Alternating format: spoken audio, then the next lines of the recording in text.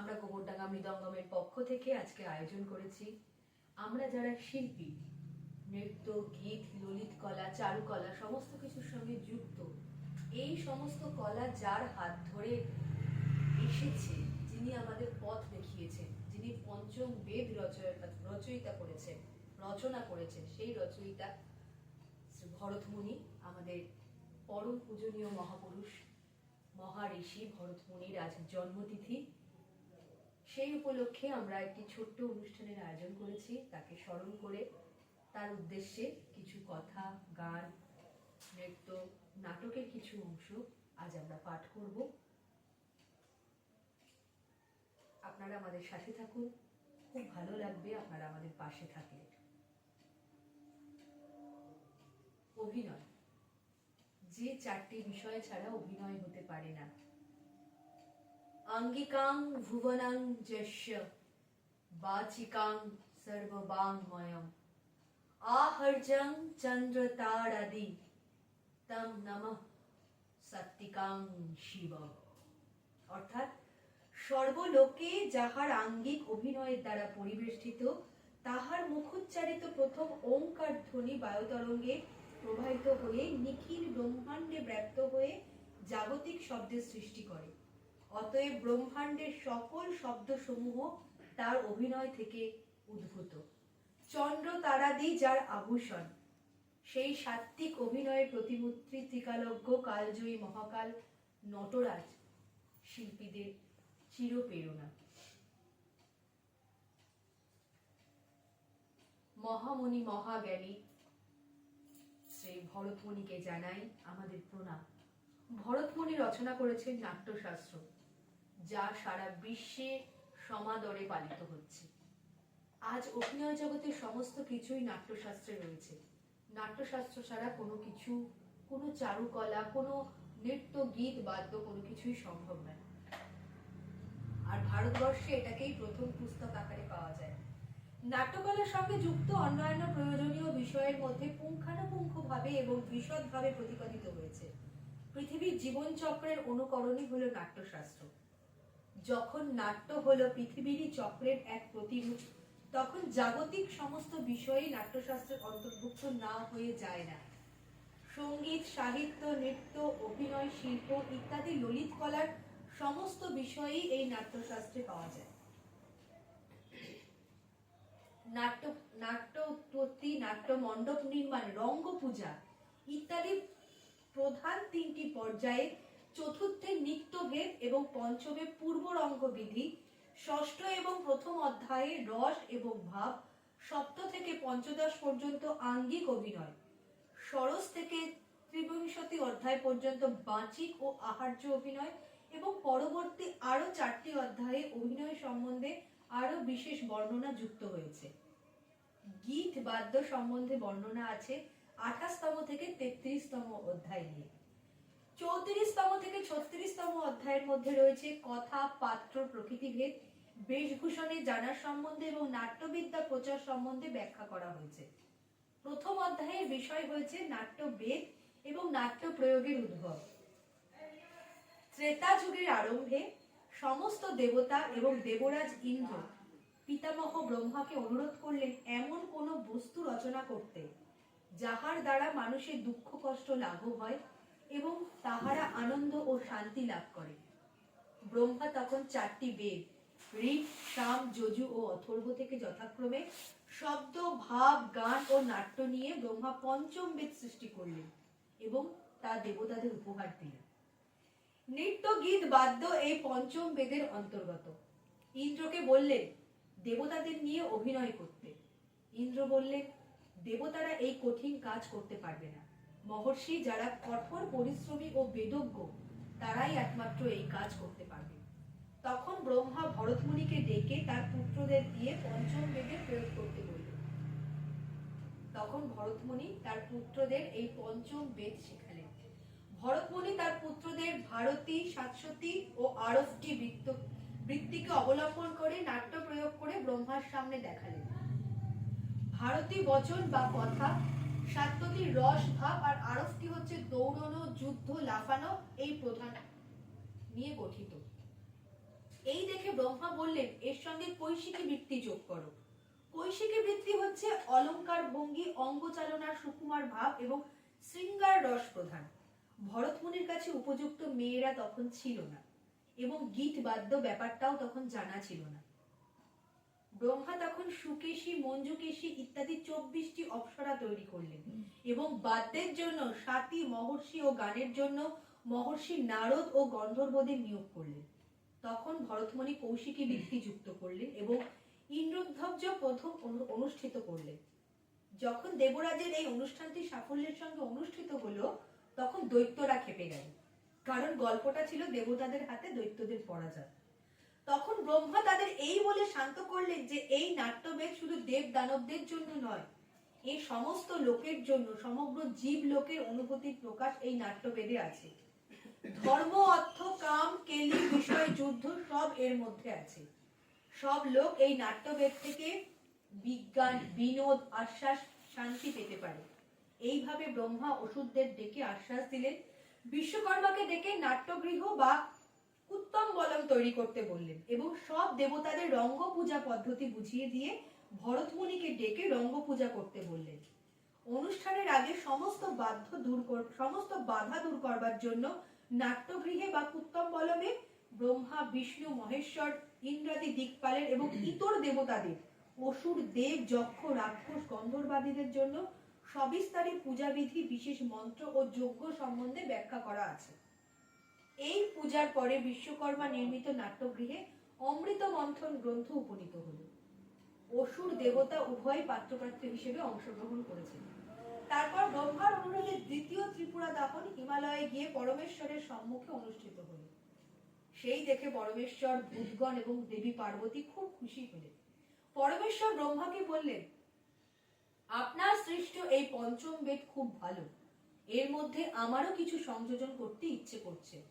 তখন ব্রহ্মা অনুরোধ করলেন, দয়া করে আপনি শিখিয়ে দেন। তখন শিব ভক্ত তন্ডুকে নির্দেশ করলেন পৌরুষ ভঙ্গি নৃত্য প্রদর্শন করবার জন্য। এর থেকে তাণ্ডব নৃত্যের উদ্ভব, এই ধারণা সমধিক প্রচলিত। এইসব থেকে পার্বতী অপেক্ষা করছিলেন তার লাস্য প্রধান নৃত্য প্রদর্শন করবার জন্য। লাস্য নৃত্যের উদ্ভব এই ধারণা থেকে প্রচলিত। স্বর্গে অদ্ভুত নৃত্য মর্তে কিভাবে প্রচলিত হলো তাহাও ভরতমুনি ব্যাখ্যা করে গিয়েছেন। নাট্য প্রয়োগে নিপুণ ভরতপুত্ররা যথাক্রমে কালক্রমে অহংকারী হয়ে শাস্ত্রকে উপেক্ষা করতে শুরু করেন এবং মহর্ষিদের সামনে বিকৃত অশ্লীল ভঙ্গি করে তাদের নৃত্য প্রদর্শন করতে থাকেন। তখন মহর্ষিরা ক্রুদ্ধ হয়ে ভরতপুত্রদের শাপ দিলেন, তোমরা শূদ্রাচারী হও। ভরতপুত্ররা বললেন, এই নাচ শিখেছি বলে আমাদের অধঃপতন হলো, এর থেকে আমাদের মুক্তি চাই।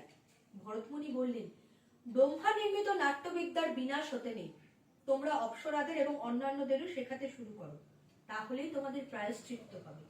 এইভাবে চলাকালীন নহুষ নামে এক রাজা নিজের ন্যায় বুদ্ধির জেরে স্বর্গে স্থান লাভ করেন। স্বর্গে অপ্সরাদের নাট্যাভিনয়, গীত, নৃত্য, বাদ্য দেখে এবং নাট্যবেদের বিকাশ দেখে রাজা দেবতাদের কাছে এই স্বর্গের শিল্পীদের মর্তের রাজধানীতে যাবার আগ্রহ প্রকাশ করলেন।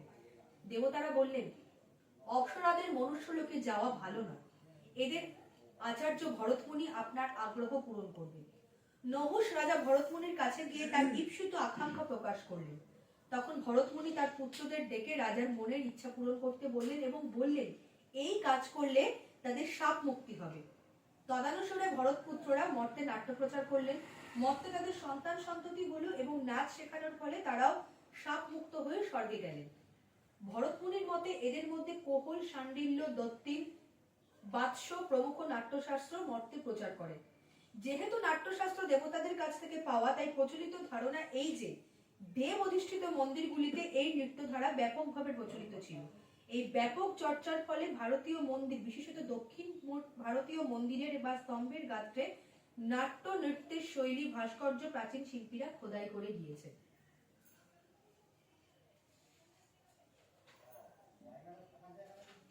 নাট্যশাস্ত্র এবং অভিনয় দর্পণ। অভিনয় কলা সম্বন্ধে সর্বাধিক প্রামাণ্য যে দুটি গ্রন্থ সুপ্রাচীন কাল থেকে আজও পর্যন্ত এদেশে বর্তমান রয়েছে, তার একটি মহামুনি ভরত রচিত ভরতের নাট্যশাস্ত্র এবং দ্বিতীয়টি নন্দিকেশ্বর রচিত অভিনয় দর্পণ। নাট্যশাস্ত্র রচনাকাল থেকে মতভেদ আছে। কারোর মতে খ্রিস্টপূর্ব 2য় শতকে মুনি ভরতের আবির্ভাব হয়, কারোর মতে খ্রিস্টীয় 2য় থেকে 4র্থ শতকে নাট্যশাস্ত্র রচিত হয়। আচার্য ভরত বলেছেন বেদ থেকেই সঙ্গীতের উৎপত্তি, ঋগ্বেদ থেকে পাঠ্য, সামবেদ থেকে গান, যজুর্বেদ থেকে অভিনয়, অথর্ববেদ থেকে রস সংগ্রহ করে ব্রহ্মা পঞ্চম বেদ নাট্যবেদ রচনা করেন। স্বয়ং ভারত যে পূর্ববর্তী আচার্যদের কাছে নাট্য ও নৃত্যের উপকরণ সংগ্রহ করেছেন সে কথা তিনি নাট্যশাস্ত্রে উল্লেখ করেছেন। যাই হোক, সবই এই গ্রন্থের অন্তর্ভুক্ত এবং পরবর্তী শাস্ত্রকারগণ এই গ্রন্থকেই অনুসরণ করে গিয়েছে। এবার আমরা নাট্যশাস্ত্র, নাট্যাচার্য ভরতের কিছু কথা বলবো নাট্যশাস্ত্র সম্পর্কে। প্রাচীন ভারতীয় সাহিত্যশাস্ত্র ও সাহিত্য সমালোচনামূলক বিদ্যা সাধারণভাবে অলঙ্কার শাস্ত্র নামে পরিচিত। কাব্যমীমাংসা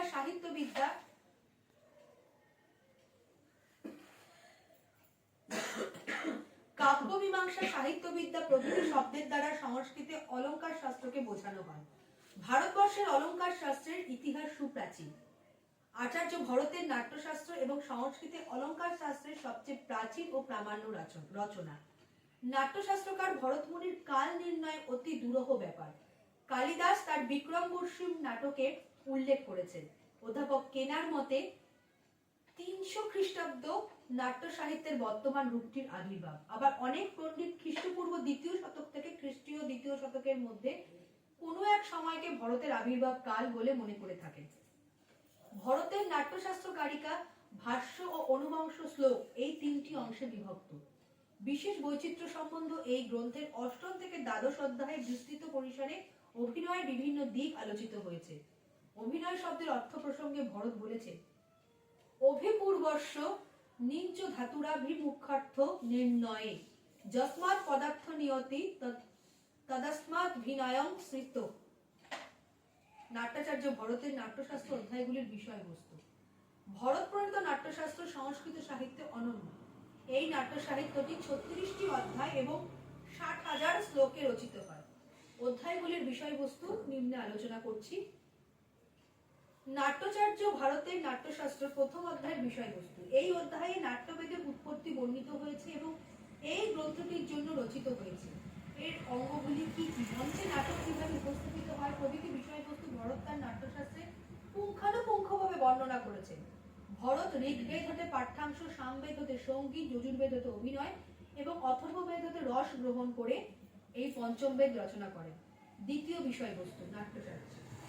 এতে নাট্য মণ্ডপ এবং প্রেক্ষাগৃহ রচনার রীতি বর্ণিত হয়েছে।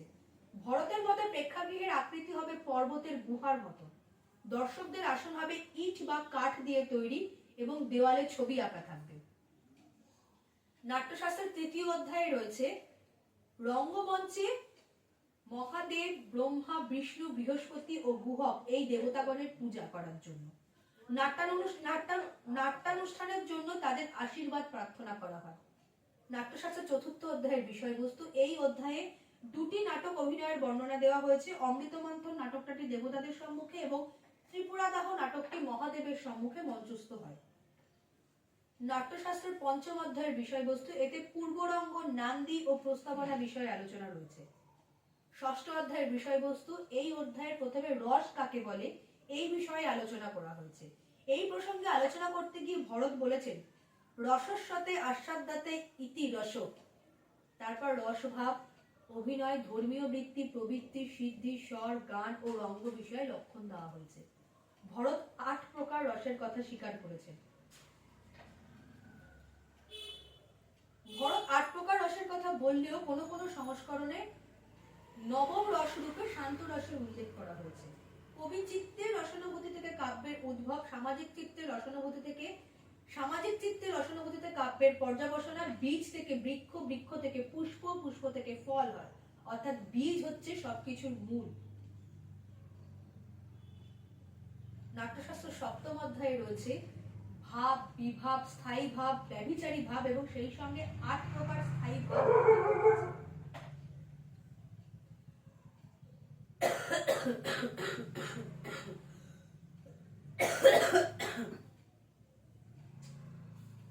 নাট্যশাস্ত্রের অষ্টম অধ্যায়ে রয়েছে 4 প্রকার অভিনয়।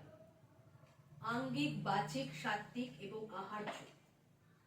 পঞ্চম অধ্যায়ে রয়েছে বিষয়বস্তু। এতে রসভাবাদি অনুসারে হস্তপদ প্রভৃতির বহু প্রকার বিক্ষেপ বর্ণিত হয়েছে। দশম অধ্যায়ের বিষয়বস্তু, এতে অঙ্গসমূহের বিবিধ নিক্ষেপ এবং তাদের নামকরণ বর্ণিত হয়েছে। একাদশ অধ্যায় থেকে ষোড়শ অধ্যায়ের বিষয়বস্তু, এতে 16 প্রকার চারি বা বিভিন্ন পাদ সংক্রমণ লক্ষণ সহযোগে বর্ণিত হয়েছে। এতে মণ্ডপের লক্ষণ ও সংখ্যা বলা হয়েছে। এতে অভিনেতাদের যথাযথ চলন বর্ণিত হয়েছে। এতে নাট্যমণ্ডপের স্থান বিভাজন রয়েছে। এতে স্বনির্ভর বাচিক অভিনয় রয়েছে। এতে নাট্যে ব্যবহৃত বৃত্ত বা চন্দ্রসমূহ আলোচিত হয়েছে। সপ্তম অধ্যায়ের বিষয়বস্তু, সপ্তম অধ্যায়ে ভরতমুনি 4টি অলঙ্কার, 10টি গুণ, 10টি দোষ এবং 36টি লক্ষণ বর্ণনা করেছেন। ভরত নাট্যশাস্ত্রের অষ্টাদশ অধ্যায় থেকে ষড়ত্রিংশ অধ্যায়ের বিষয়বস্তু, এতে প্রাকৃত অংশের পাঠ, চরিত্রদের আহ্বানের নিয়ম সমূহ, 10 প্রকার রূপকের পরিচয় দেওয়া হয়েছে। এতে দ্বিবিধ নাট্যবস্তু, 5 প্রকার অর্থ প্রকৃতি, 5 প্রকার সন্ধি, 5 প্রকার অর্থপ্রক্ষেপক বর্ণিত হয়েছে। 4টি বেদ থেকে 4টি বৃত্তির উৎপত্তি প্রদর্শিত হয়েছে।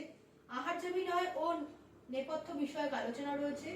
10টি অঙ্গজ অলঙ্কার বর্ণিত হয়েছে। বৈশিকের 36 প্রকার গুণাবলী বর্ণিত হয়েছে। আঙ্গিক অভিনয় বর্ণিত হয়েছে। সিদ্ধির কথা আলোচিত হয়েছে। বাদ্যযন্ত্র বিষয়ক আলোচনা রয়েছে। রসভেদ, জাতি ও স্বরের ভেদ রয়েছে।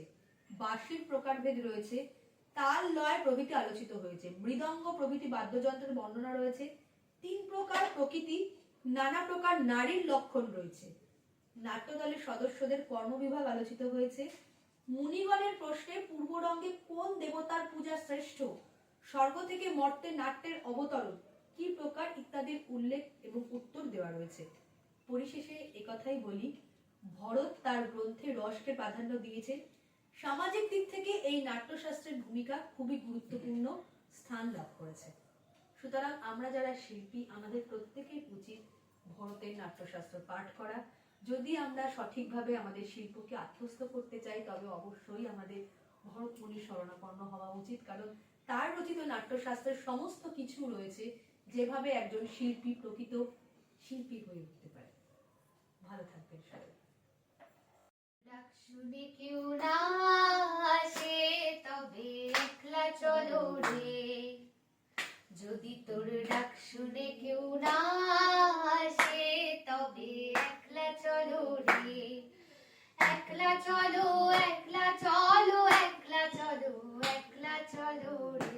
তবে একলা চলো, একলা চলো, একলা চলো, একলা চলো রে। যদি তোর ডাক শুনে কেউ না আসে, তবে একলা চলো রে। যদি কেউ কথা না কয়, ওরে ওরে ও অভাগা, কেউ কথা না কয়। যদি সবাই থাকে মুখ ফিরায়ে, সবাই করে ভয়। যদি সবাই থাকে মুখ ফিরায়ে, সবাই করে ভয়। তবে পরাণ খুলে তুই মুখ ফুটে তোর মনের কথা একলা বলো রে। ও তুই মুখ ফুটে তোর মনের কথা একলা বলো রে। যদি তোর ডাক শুনে কেউ না আসে, তবে একলা চলো রে। যদি সবাই ফিরে যায়, ওরে ওরে ও অভাগা, সবাই ফিরে যায়।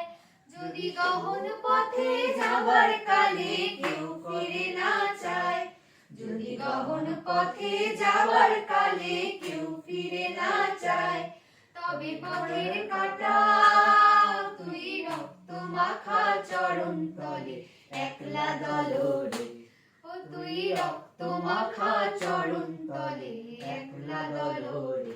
যদি তোর ডাক শুনে কেউ না আসে, তবে একলা চলো রে। যদি আলো না ধরে, ওরে ওরে ও অভাগা, আলো না ধরে। যদি ঝড় বাদলে আধার রাতে দুয়ার দেয় ঘরে, যদি ঝড় বাদলে আধার রাতে দুয়ার দেয় ঘরে, তবে বজ্রা নলে আপন বুকের পাঁজর জ্বালিয়ে নিয়ে একলা জ্বলো রে। কোন বুকের পাঁজর জ্বালিয়ে দিয়ে একলা জলরে যদি তোর ডাক শুনে কেউ না আসে তবে একলা চলো রে যদি তোর ডাক শুনে কেউ না আসে তবে একলা চলো রে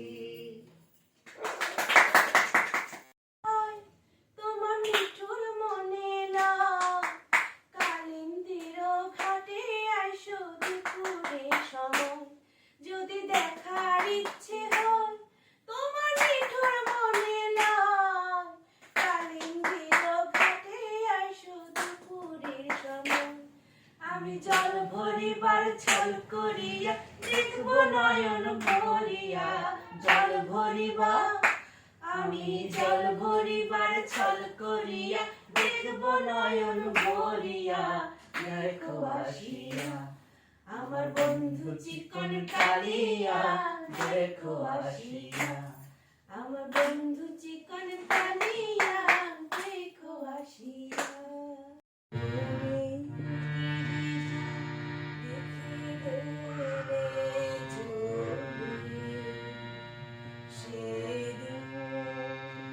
ভরা সাজি যেতে যেতে দুয়ার হতে কি ভেবে পিয়ালি মুখখানি এই কথা ছিল যে মনে মনে মনে কি দ্বিধা রেখে গেলে চলে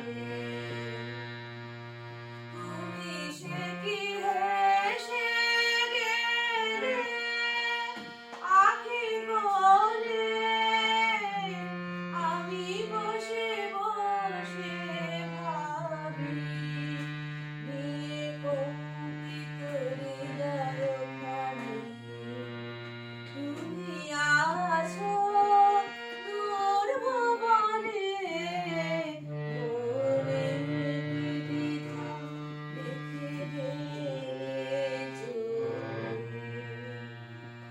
আকাশে উড়িছে মখপাতি বেলুনা আমার তারি সাথী আকাশে উড়িছে মখপাতি বাড়ে গো তোমার সুধা বাড়ে যায় বিদায় কালে কি বলো না শিখি রই গেল সিক্ত যুথির দলে দলে মনে মনে কি দ্বিধা রেখে গেলে চলে সেদিন ভরা সাজে যেতে যেতে দুয়ার হতে কি ভেবে পিয়ালে মুখখানি এই কথা ছিল যে মনে মনে মনে কি দ্বিধা রেখে গেলে চলে একটুখানি অভিনয় নিয়ে কথা বলি। যেহেতু আমাদের মৃদঙ্গম সংস্থাটি নাটক এবং নৃত্য সংস্থা, সুতরাং নাটকে তো অবশ্যই নৃত্যের ক্ষেত্রেও অভিনয় বিশেষভাবে উল্লেখযোগ্য। অভিনয় করার জন্য আমাদের যে বিষয়গুলি অবশ্যই জানা প্রয়োজন: বৃত্তি, ভারতী শাশ্বতী চৈব কৈশিকারক ভারতী তথা চতস্য বৃত্তয়া হতা যাসু নাট্য প্রতিষ্ঠিতম, অর্থাৎ ভারতী, শাশ্বতী, আরবতী ও কৈশিকী এই 4 প্রকার বৃত্তির ওপর নাট্য প্রতিষ্ঠিত। ভারতী, সংস্কৃত বাক্যযুক্ত ভারতী বৃত্তি হইবে পুরুষ প্রযোজ্য বাক প্রধান কার্যাবলীর ওপর আশ্রিত। ভরতপুত্রগণ প্রথম প্রয়োগ করেন বলিয়া ইহার নাম ভারতী। অভিনব গুপ্তের মতে ইহা বাক বৃত্তি, ইহা ঋগ্বেদ হইতে গৃহীত। করুণ ও অদ্ভুত রসে ব্যবহার্য ভারতী সাধারণত স্ত্রী বর্জিত ব্যাপার। সাত্যতী, যাহাতে সত্য, শৌর্য ত্যাগ, দয়া, ঋজুতা প্রভৃতির গুণ বর্ণনার উপযোগী, তাহাকে সাত্যতী বৃত্তি বলিয়া শাস্ত্রে কথিত হইয়াছে।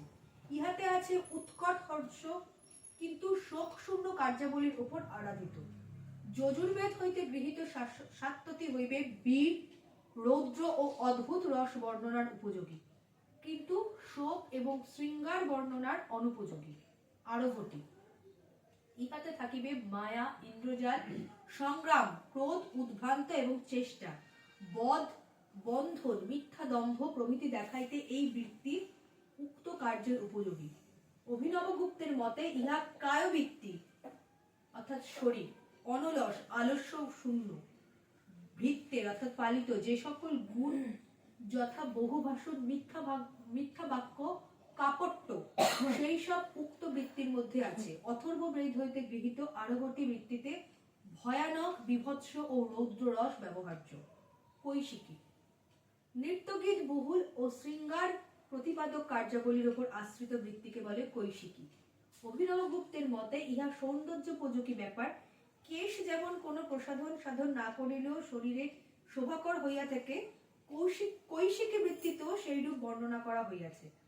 সামভেদ হতে গৃহীত কৈশিকী বৃত্তিতে শৃঙ্গার ও হাস্যরস ব্যবহার্য। অভিনয় নাটকের কোনো ভূমিকা গ্রহণ করিয়া নাট্যকলা প্রকাশ অর্থাৎ কৃত্রিম ভাব প্রকাশ করাকেই অভিনয় বলে।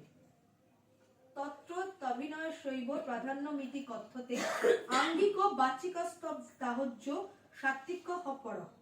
আঙ্গিক, বাচিক, আহার্য ও সাত্ত্বিক এই চার প্রকার অভিনয়। অত্র আঙ্গিক ভঙ্গেই নির্দেশিত। আঙ্গিক অঙ্গ প্রত্যঙ্গ উপাঙ্গ দ্বারা কলাপূর্ণ সঞ্চালনে যে অভিনয় করা হয় তাকে বলে আঙ্গিক অভিনয়। বাচা বিরচিত কাব্য নাটকাদিশ বাচিক, বাচিক কাব্য ও নাটকাদিতে সাহিত্যের ভাষা নিয়ে ভাবের মাধ্যমে যে অভিনয় তাকে বাচিক অভিনয় বলে। নৃত্যে যখন কণ্ঠসঙ্গীতের সাহায্য নেওয়া হয় তখন সেই নৃত্য বাচিক অভিনয়ের মধ্যে পড়ে। আহার্য হাড় কেউড় বেশাদি ভিড়লঙ্কৃত অর্থাৎ আহার্য নাটকের চরিত্রানুযায়ী বেশভূষা অঙ্গসজ্জা করে। পরিবেশ সৃষ্টির জন্য দৃশ্যপটাদি দ্বারা মঞ্চসজ্জা প্রভৃতির মাধ্যমে যে অভিনয় হয় তাহাকে বলে আহার্য অভিনয়। সাত্ত্বিক ওই ভাবাজ্ঞান বিভাবিত। সাত্ত্বিক মনের বিভিন্ন ভাব প্রকাশ করিতে যে অভিনয় হয় তাকেই বলে সাত্ত্বিক অভিনয়। সাত্ত্বিক ভাব 8 প্রকার, যথা স্তম্ভ, শ্বেত, রোমাঞ্চ, সরভঙ্গ, বেপথু, বৈবর্ণ, অশ্রু ও প্রলয়, মূর্ছা বা অচৈতন্য। নৃত্যের সাত্ত্বিক অভিনয় অপরিহার্য। নৃত্য মানেই ভাবাভিনয়। ভাবাভিনয় ব্যতীত নৃত্য প্রদর্শন হতে পারে না, অর্থাৎ নৃত্যের সঙ্গে অভিনয়ের সম্পর্ক অতি নিবিড়। এবার যে কথাটি বিশেষ উল্লেখযোগ্য, নায়ক নায়িকা ভেদ। নায়ক নায়িকা নিরূপণ করতে হলে প্রথমেই জানা প্রয়োজন নায়ক এবং নায়িকা কাকে বলে। নায়ক যিনি নাটকে প্রধান পুরুষের চরিত্র অভিনয় করেন তাকে বলা হয় নায়ক, আর নায়িকা যিনি স্ত্রী প্রধান চরিত্র অভিনয় করেন তাকে নায়িকা বলে। নায়ককে প্রধানত এই প্রসঙ্গে নায়ক নায়িকা ভেদের যে উল্লেখ করা হচ্ছে তাতে রয়েছে নায়ক ভেদ, কাব্য, রস, রাগ ইত্যাদি সম্বন্ধে জ্ঞানী, রূপ সৌন্দর্যবান যুবক নায়ক বলে পরিচিত। নায়ককে প্রধানত 4 ভাগে ভাগ করা হয়েছে: ধীরোদ্যত্ত, ধীর ললিত, ধীর প্রশস্ত এবং ধীরোদ্ধত। ধীরোদ্যত্ত পর্যায়ে পড়ে সুদৃঢ়, বিচারশীল, যে কোনো অবস্থার অবিচল প্রভৃতি নায়কেরা। ধীর ললিত পর্যায়ে পড়ে কলা প্রেমিক, সুখী, পরিহাস বিশারদ, কিশোর ও মৃদুভাষী প্রভৃতি। ধীর প্রশস্ত পর্যায়ে পড়ে শান্ত প্রকৃতির, সাত্ত্বিক, ধীর, বিনয়াদি যুক্ত প্রভৃতি নায়কেরা। এবং ধীরোদ্ধত যে নায়ক অহংকারী, ঈর্ষাপরায়ণ এবং চঞ্চল। নায়িকাদের সুন্দরী যুবতী নারী যাকে দেখলে হৃদয়ের মধ্যে শৃঙ্গার রসের আবির্ভাব হয় তাকে নায়িকা বলে, যেমন সীতা, রাধা, উর্বশী। নায়িকা ভেদে বিভিন্ন প্রকার নায়িকার পরিচয় পাওয়া যায়, তেমনি বর্ণের ভেদে 3 প্রকার প্রধান নায়িকা হলো দিব্য, অদিব্য এবং দিব্যাদিব্য।